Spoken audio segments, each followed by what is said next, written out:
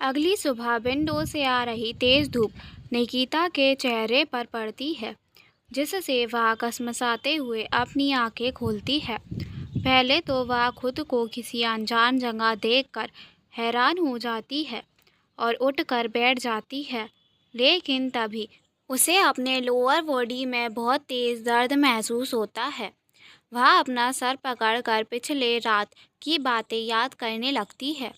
जैसे जैसे उसे सब कुछ याद आता है, उसकी आंखों से आंसू निकलने लगते हैं। वह अपना चेहरा घुमाकर रूम के चारों तरफ देखती है, लेकिन उसे आदित्य कहीं नहीं दिखता। तभी उसे अपने साइड टेबल पर रखा हुआ एक पेपर दिखाई देता है। वह उस पेपर को उठाकर पढ़ने लगती है।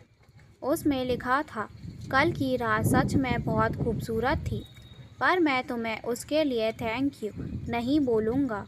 तुम्हारी एक रात की कीमत इस चेक पर लिखी हुई है और मैं उम्मीद करूँगा कि मुझे तुम्हारी शक्ल फिर कभी ना देखनी पड़े। यह पढ़कर तो निकिता पूरी तरह से टूट जाती है।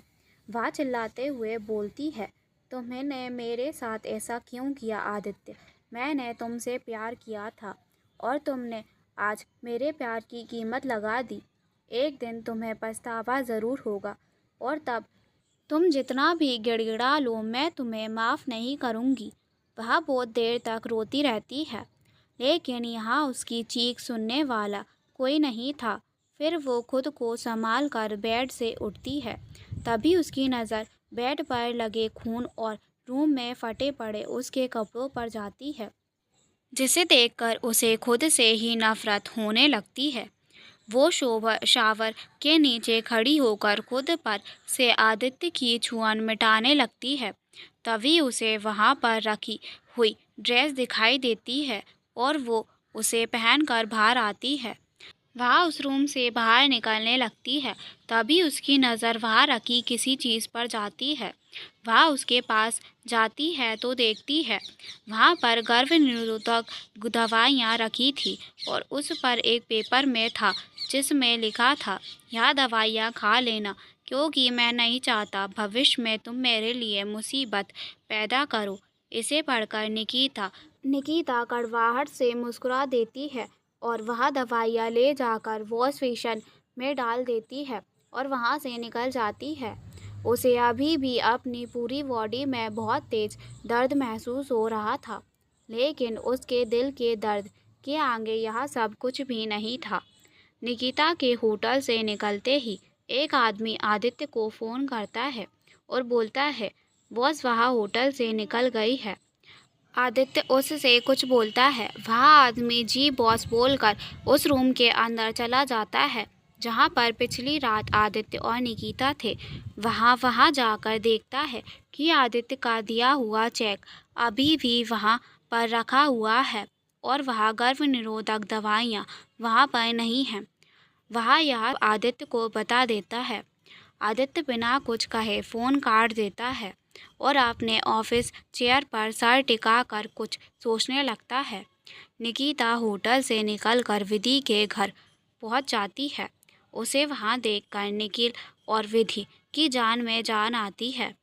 विधि उसे गले लगाकर बोलती है, निक्कू तू कहाँ चली गई थी?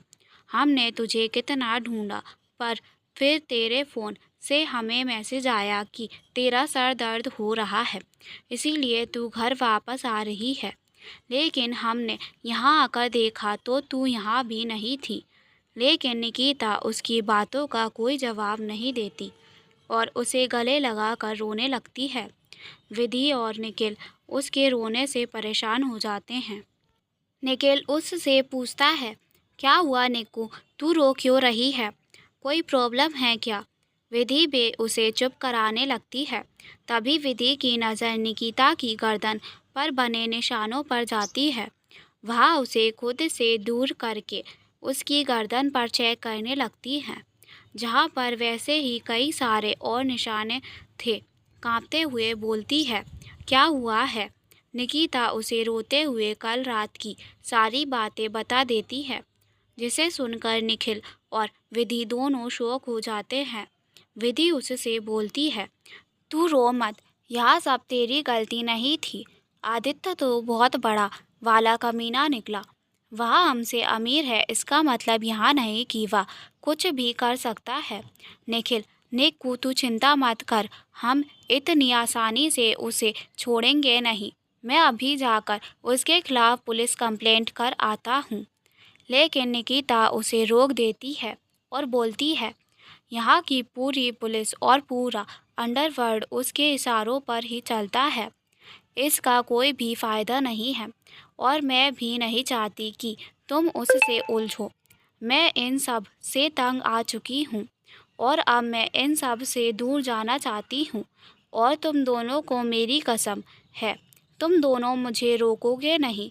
उसकी बात सुनकर वह दोनों भी कुछ नहीं बोल सकते थे, क्योंकि वह जानते थे कि वह आदित्य का बाल भी बांका नहीं कर सकते। विधि, लेकिन निक्कू तू जाएगी कहाँ? और हम तुझे ऐसे ही नहीं छोड़ सकते। लेकिन निकिता उसकी बातों का जवाब नहीं देती और रूम की तरफ जाते हुए बोलती है, मेरा सर बहुत तेज़ दर्द हो रहा है, इसीलिए मैं सोने जा रही हूँ। प्लीज़ मुझे डिस्टर्ब मत करना। निकिता रूम में जाकर गेट बंद कर लेती है और बेड पर लेटकर कुछ सोचने लगती है।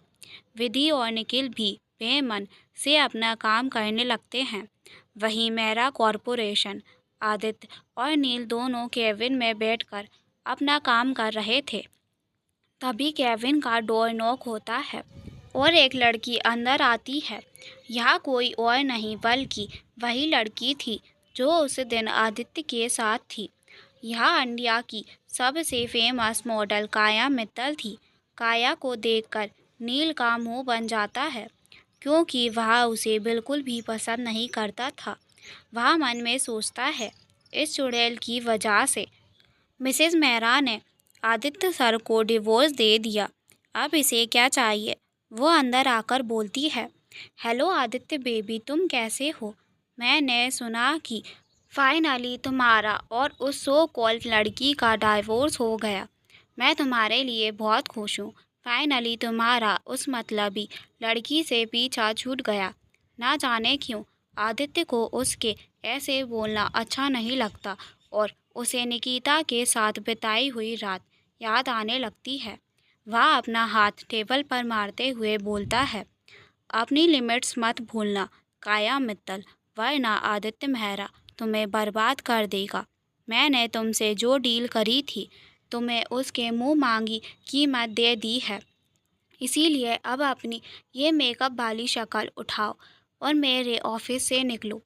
उसकी बात सुनकर काया का चेहरा काला पड़ जाता है और नील अपनी हंसी कंट्रोल करते हुए मन में सोचता है, बॉस ने लोगों की बेइज्जती करने में पीएचडी कर रखी है। आज तो मेरा दिन बन गया। दरअसल काया और आदित्य रिलेशनशिप में नहीं थे। आदित्य ने निकिता को खुद से दूर करने के लिए ये प्लान बनाया था और इस काम के लिए काया को मुंह मांगी कीमत भी दी थी। काया एम्बेरस होकर कैबिन से बाहर निकल जाती है और मन में सोचती है, तुम्हें तुम्हें अपना बना कर रहूँगी मिस्टर आदित्य मित्तल। तुम्हारी प्रॉपर्टी और तुम पर मेरा और सिर्फ काया मित्तल का हक है। जैसे मैंने तुम्हारी ज़िंदगी से उस लड़की को निकाला है, वैसे ही तुम्हें अपने करीब भी करूँगी। क्या निकिता सच में सब कुछ छोड़कर चली जाएगी? और काया आदित्य को पाने के लिए क्या करने वाली है? जानने के लिए पढ़ती रहिए यह कहानी। कहानी अच्छी लग रही हो तो चैनल को सब्सक्राइब ज़रूर करें। धन्यवाद।